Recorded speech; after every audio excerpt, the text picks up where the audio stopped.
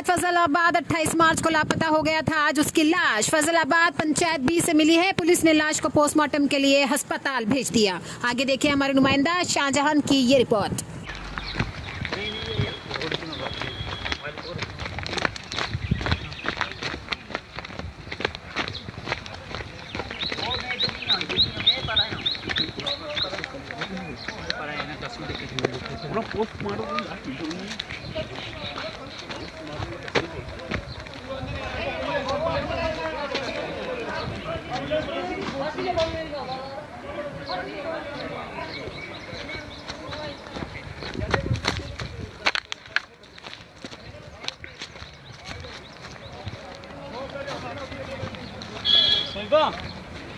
uncle वाले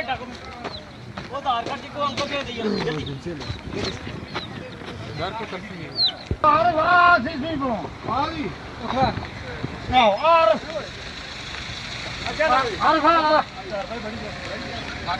खाके से खाना है स्ट्रेचर है मैडम चलो स्ट्रेचर है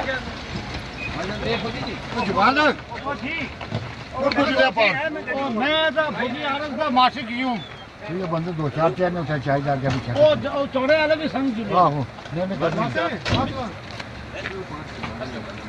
आर पे चलासी कुछ आर कुछ है 27 में बंद कर 27 बोलो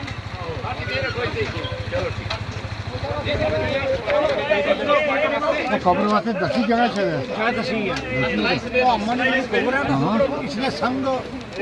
निर्णय फैसला लूना उधरा सारा वो था निकल जाती है रात जगह नहीं तो पाटे भी आठी वो सो के फुट रोड ठीक है कैसे भी आए हां चल जाए ऐसा मुझे जाना नहीं बात मुझे जाना तुम किस बात से चलो भेजो गाड़ी दे देंगे